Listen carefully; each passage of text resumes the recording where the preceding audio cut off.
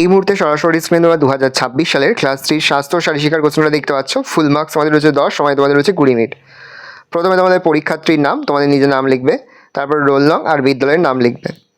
একে তাকে সঠিক উত্তর নির্ণয়ের চিত্র দাও। প্রথমটা হবে প্রার্থনা সভায়, তারপরে যোগাসন করা, তারপরটা উচিত, তারপরটা উচিত।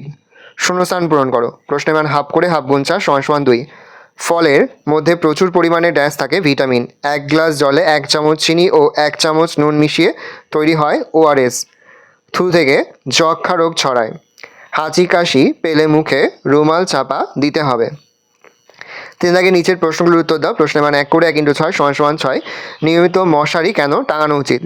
মশার কামড় ও মশাবাহিত জীবাণু থেকে এটা বাঁচার হবে, বচনের চয়াকার বা বাঁচার জন্য নিয়মিত মশারি টাঙানো উচিত। বিশুদ্ধ পানীয় জল বলতে কী বোঝো? যে জল পান করলে বা ব্যবহার করলে শরীরে কোনো রোগ হয় না তাকেই বিশুদ্ধ পানীয় জল বলে। একটি অনুকরণ জাতীয় খেলার নাম লেখো। একটি অনুকরণ জাতীয় খেলার নাম হলো পাখির মতো ওড়া। শবাসনের একটি উপকারিতা লেখো। শবাসন দেহের ক্লান্তি দূর করে। বস্তা দৌড়ের একটি উপকারিতা লেখো। শরীরের গতি বৃদ্ধির সঙ্গে সঙ্গে পায়ের জোর বাড়াবে। খাবার সর্বদা ঢেকে রাখা উচিত কেন? খাবার সর্বদা ঢেকে রাখা উচিত কারণ এটি খাবারকে ধূলিকণা, পোকামাকড়, মাছি এবং ক্ষতিকর ব্যাকটেরিয়া থেকে রক্ষা করে।